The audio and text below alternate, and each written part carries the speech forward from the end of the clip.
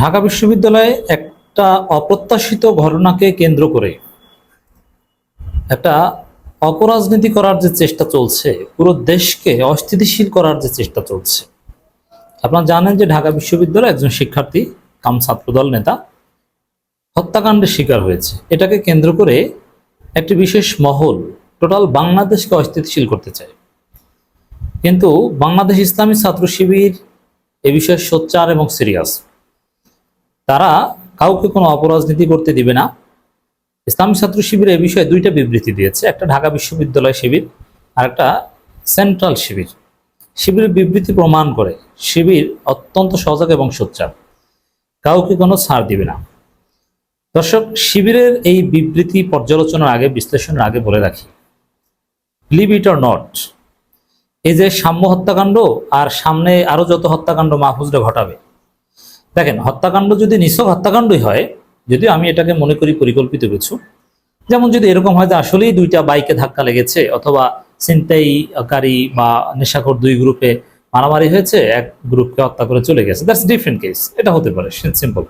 কিন্তু যদি এটা পরিকল্পিত লাশ ফেলানোর রাজনীতি হয়ে থাকে, দেশকে অস্থিতিশীল করা কোনো নাটক হয়ে থাকে, তাহলে মনে রাখবেন এগুলোর উদ্দেশ্য হচ্ছে শিবিরকে দায়ী করা। কিন্তু এখানে হয়তো শিবিরকে দায় দেওয়া যায়নি, কিন্তু সামনে যদি এরকম আরো কোনো পরিকল্পিত হত্যাকাণ্ড গোয়েন্দা সংস্থার বা কেউ ঘটায় র বা অন্য কেউ, মনে রাখবেন যে এটা শিবিরকে দায়ী করার জন্য। অতএব শিবির এবং জামাত এই মুহূর্তে এতটা সোচ্চার, এতটা সজাগ এবং সিরিয়াস যে এক ফোঁটা কাদা, এক ফোঁটা বালুকণা তাদের গায়ে যেন না লাগে সেভাবে তারা আচরণ করছে। তবে সমস্যা হচ্ছে জামাত এবং শিবিরের বা শিবিরের পন্থী অনেকে ফেসবুকে যা ইচ্ছা তা বলে, লেখে, এটা আবার সংগঠন চাইলেও নিয়ন্ত্রণ করতে পারে না কিংবা পারবে না। কিন্তু সাংগঠনিকভাবে জামাত শিবির অত্যন্ত সজাগ দৃষ্টি রাখছে, সোচ্চার ভূমিকা পালন করছে। দর্শক, ঢাবি শিবির এবং সেন্ট্রাল শিবিরের বিবৃতি অত্যন্ত চমৎকার, দূরদর্শী। এমনকি আজকে ঢাবি শিবির সভাপতি ফরহাদ স্পষ্ট বলে দিয়েছে যে ক্যাম্পাসের বাইরে একটা ঘটনা ঘটেছে, সেটাকে কেন্দ্র করে ঢাবি ভিসি এবং প্রক্টরদের পদত্যাগ চাওয়া, মানে এটা অপরাজনীতি, মানে ছাত্রদলে অপরাজনীতি করেছে। ছাত্রদল নেতা নিহত হয়েছে, কিন্তু সেখানে দাঁড়িয়ে জানাজা শেষে ঢাবি শিবির সভাপতি স্পষ্টভাবে বলেছে এটা অপরাজনীতি করছে, ছাত্রদলের নাম উল্লেখ না করলে এটা হতে দেওয়া যায় না। এটা এমন এই সময় দরকার কি, এই যে দেশকে অস্থিতিশীল করার যে ষড়যন্ত্র, পরিস্থিতি ঘোলাটে করার যে ষড়যন্ত্র, এই সময় জরুরি দরকার হচ্ছে ঢাবি ভিসির পাশে দাঁড়ানো, প্রক্টোরিয়াল বডির পাশে দাঁড়ানো। কারণ তাদেরকে ভিকটিম বানানোর চেষ্টা করা হচ্ছে, তাদের পদত্যাগ দাবি করা হচ্ছে, যার কোনো যৌক্তিকতা নেই। ঢাবি শিবির ঢাবি ভিসি এবং প্রক্টোরিয়াল বডির পাশে আছে, যেহেতু তাদের এখানে কোনো দায় নেই। এমনকি শিবির এতটাই সিরিয়াস এবং সোচ্চার, এতটাই সূক্ষ্মদর্শী যে এই ঘটনায় ইম্পর্টেন্টলি ছাত্রদলের দায় আছে। ছাত্রদলের নাম উল্লেখ না করলে শিবির সেটা স্মরণ করিয়ে দিয়েছে ছাত্রদলকে। যেমন শিবিরের দাবি ছিল ক্যাম্পাসে বহিরাগতদের নিয়ন্ত্রণ করতে হবে, কারণ ছাত্রদলের বহিরাগত লাগে, ছাত্রদলের নিজস্ব লোক নেই ঢাকা বিশ্ববিদ্যালয়ে, বহিরাগতদের লোক নিয়ে মিছিল করে, বহিরাগতদের নিয়ে ঢাবির ভিসির পদত্যাগ চায়। এ কারণে বিশ্ববিদ্যালয়ের গেটগুলো নিয়ন্ত্রণ করা অথবা এই টিএসসিতে যে কেউ এসে আড্ডা দিতে পারে, এটা উদ্যোগ কিন্তু ঢাবি কর্তৃপক্ষ নিয়েছিল, কিন্তু এই ছাত্রদল সহ কিছু সংগঠনের বিরোধিতার মুখে ঢাকা বিশ্ববিদ্যালয় কর্তৃপক্ষ এটা বাস্তবায়ন করতে পারেনি। এই জায়গাটা, এবং বিভিন্ন চায়ের দোকান থাকবে যাচ্ছে তাই, বিভিন্ন দোকানপাট থাকবে, দোল চত্বর, বিভিন্ন জায়গায় ছাত্রদল চাঁদা খাবে, এই ছিল এদের। মানে এই বিষয়টা শিবির সরাসরি ছাত্রদলের নাম এখানে উল্লেখ না করলেও তাদেরকে স্মরণ করিয়ে দিয়েছে যে না, এই জায়গায় কিন্তু ব্যর্থতা আছে।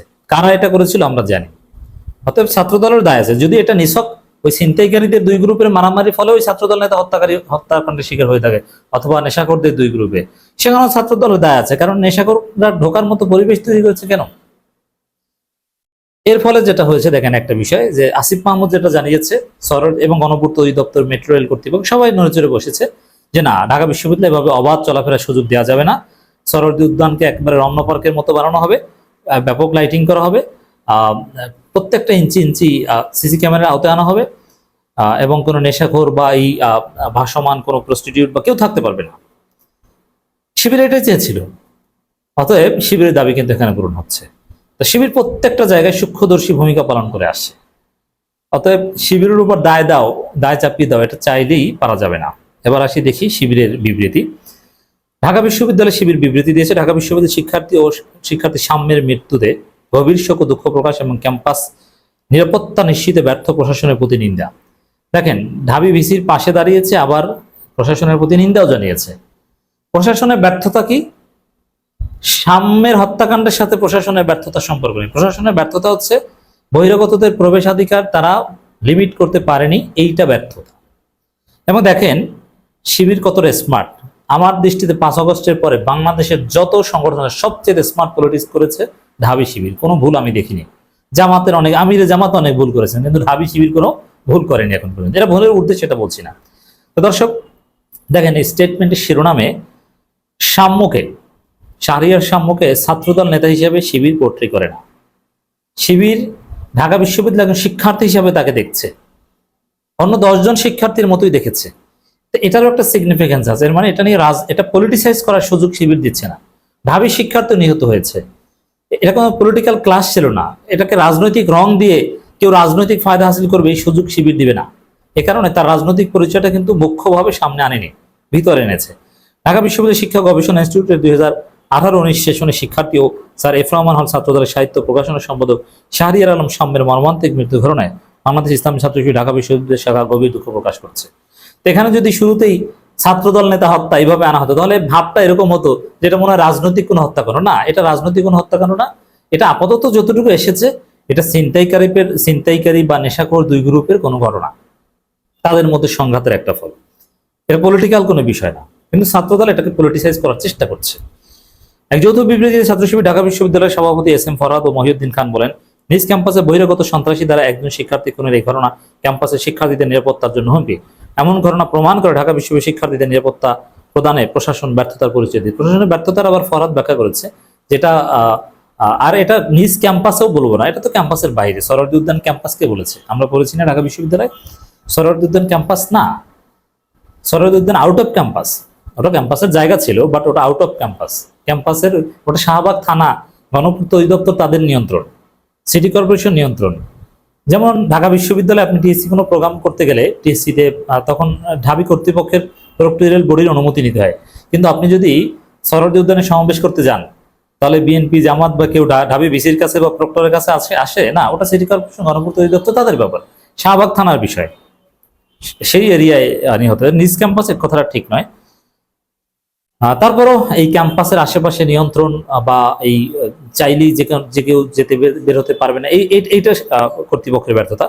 একই সাথে এই ধরনের হত্যাকাণ্ড সার্বিকভাবে এদেশের সামাজিক ও নিরাপত্তা ব্যবস্থায় গভীর সংকট তুলে ধরে এ ধরনের দায়ীদের দ্রুত শনাক্ত করে দ্রুত সময়ের মধ্যে দৃষ্টান্তমূলক শাস্তির ব্যবস্থা করার জন্য শিবির আহ্বান জানাচ্ছে এবং আল্লাহর কাছে তার মাগফিরাত কামনা করছে এবং আল্লাহ তাআলা যেন জান্নাতের সর্বোচ্চ মাকাম দান করেন, পরিবার পরিজন সবাইকে সবর করার তৌফিক দেন, সেই দোয়া করেছে। শিবিরেই এই নিহত সাম্যের প্রকৃত বন্ধু, কারণ শিবির তার দুনিয়া এবং আখেরাতের কল্যাণ চেয়েছে। শিবির তার পরকালীন মুক্তির জন্য দোয়া করেছে। এই ছেলে নিহত হওয়ার আগেও কিন্তু কনসার্টের পোস্ট করেছে স্টোরিতে, কিন্তু শিবির তার দুনিয়া এবং আখেরাতে তার মাগফিরাতের দোয়া করেছে।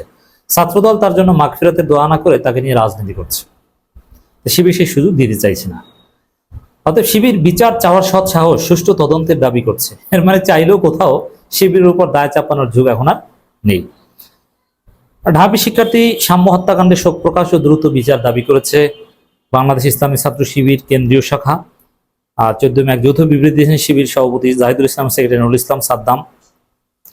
সেখানে কয়েকটা লাইন কিন্তু খুবই গুরুত্বপূর্ণ। ক্যাম্পাস এলাকায় বহিরাগতদের হাতে শিক্ষার্থীদের খুন হওয়া দেশের সার্বিক নিরাপত্তার জন্য অসহনীয়। মানে বহিরাগতদের হাতে, এটা পলিটিক্স না।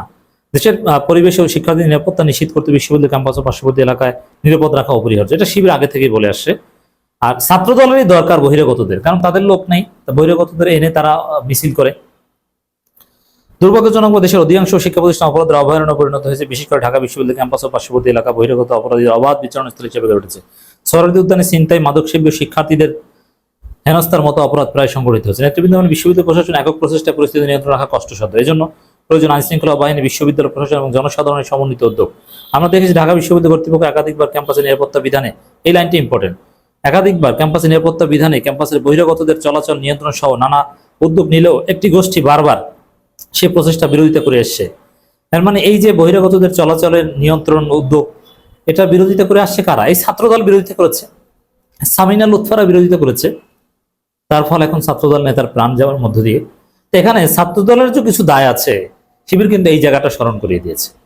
অতএব শিবির কাউকে কোনো অপরাজনীতির সুযোগ দিতে চাচ্ছে না। শিবির সূক্ষ্মদর্শী, কারণ জানে যে ঘটনা ঘটিয়ে শিবিরের উপর দায় দেওয়ার সর্বোচ্চ চেষ্টা করা হবে। আমরা রাজশাহী বিশ্ববিদ্যালয়ে দেখেছি মাহবুব সালেহের ঘটনা, আরো সেই ফারুক হত্যাকাণ্ডের ঘটনা ঘটিয়েছে অন্য মানুষজন, শিবিরকে একেবারে দেশ ছাড়া করেছে, একেবারে শিবিরকে হত্যা করা থেকে শুরু করে কত ঘটনা, অথচ শিবিরের সাথে কোনো সম্পৃক্ততা নেই। হাসিনার আদালতে সেটা প্রমাণিত হয়েছে। তো এভাবে শিবিরকে সব জায়গায় ভিকটিম করার নানান ষড়যন্ত্র চলছে। আশা করি শিবির কাউকে কোনো সুযোগ দেবে না। শিবির এবার সিরিয়াস। সেই সিলেট এমসি কলেজে আরো বিভিন্ন জায়গায়, কুয়েটে এরকম ঘটনা ঘটানোর চেষ্টা করা হয়েছিল, কিন্তু পারবে না।